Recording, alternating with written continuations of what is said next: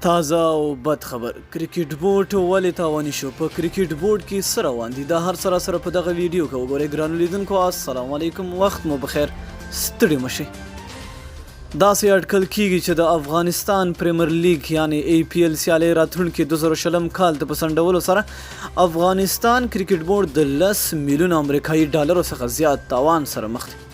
افغانستان کرکټ بورډ 13 میاشت دوهم پړاو ای پی ایل سیالۍ راتلونکي 2020 کال ته وسنډوله او همدا شان د دغه لیګ سپانسري کمپنۍ سینکسر سپورټ سره هم خپل کړی قرارداد فسخ کړ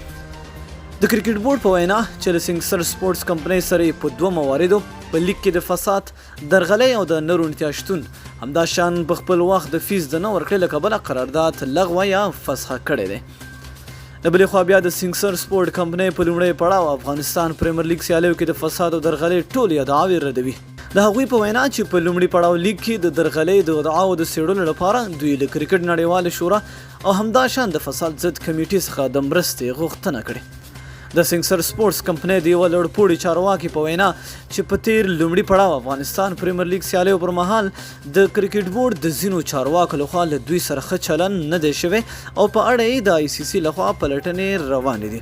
نوموړی چارواکي وویل موږ د آی سی سی د فساد ضد کمیټې څخه د وضاحت غوښتنه وکړه او دوی د یو ریکارډ له لارې موږ ته خبر راکړ چې پلټنې اوس هم جریان لري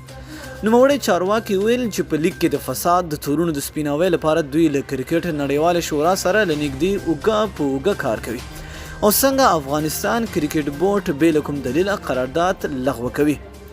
د سینکسر سپورټ په وینا که چیرې د افغانستان کرکټ بورډ سره قضیه د خبرو له لارې حل نشي د قانوني لارې به په دوی عریضه وکړي زمونږ خبرې روانې دي موږ په دې پوهیږو چې ځینې پروسیجري اختلافات ترسره شوي دي خو دا داسې غیر قانوني له لارې قرارداد په فسخه کولو سره موږ له زیاتو تاوانونو سره مخ شوي یو که چیرې خبرې بریالی نه شوې د قانوني لارې له امله به دوی ګام پورته کړي د کرکټ بورډ یو چارواکي چې د نوم ښودلو یې ډډه کړې ویلي چې د سینکسر سپورټ کمپنۍ سره کرکټ بورډ اجراویه مشر لطف الله ستانکزي بې له دې چې د بورډ له نورو غړو سره مشوره وکړي قرارداد فسخه کړی دی یا چارواکي په وینا د لیګ ځنډول بې له دې چې تجارتي یا مالي برخې ته او همدا شان بې له دې چې قانوني نقطو ته پام وشي یو احمقانه کار و که چیرې د لوبډلو مالکان او تجاران زموږ په کرکټ بورډ باندې عریضه وکړي